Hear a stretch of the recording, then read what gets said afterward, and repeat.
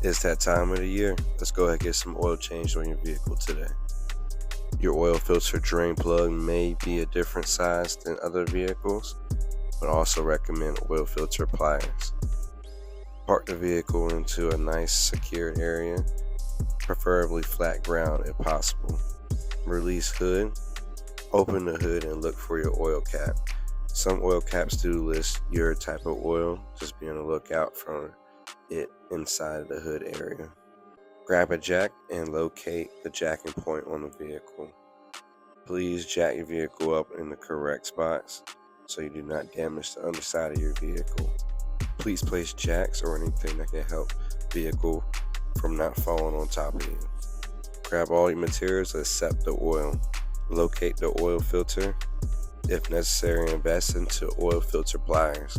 Drain filter oil first before removing the filter. Be careful, it may be hot. Crack your drain plug.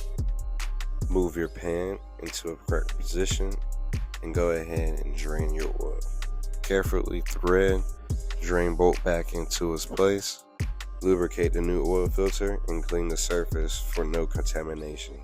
Make sure your drain bolt is tight and also your oil filter is tight. Use rags and your brake cleaner to ensure you clean up as much oil as possible. Remove everything from underneath the vehicle and go ahead and lower your vehicle down. Remove the jack and go ahead and grab your oil. Please look up and make sure you're using the right oil for your vehicle at all times. While filling oil, please make sure you check your dipstick periodically. Most dipsticks do come with a full marking, so just watch out for the full.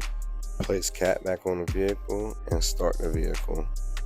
Recheck your oil level and add the correct amount of oil needed, and then you're done.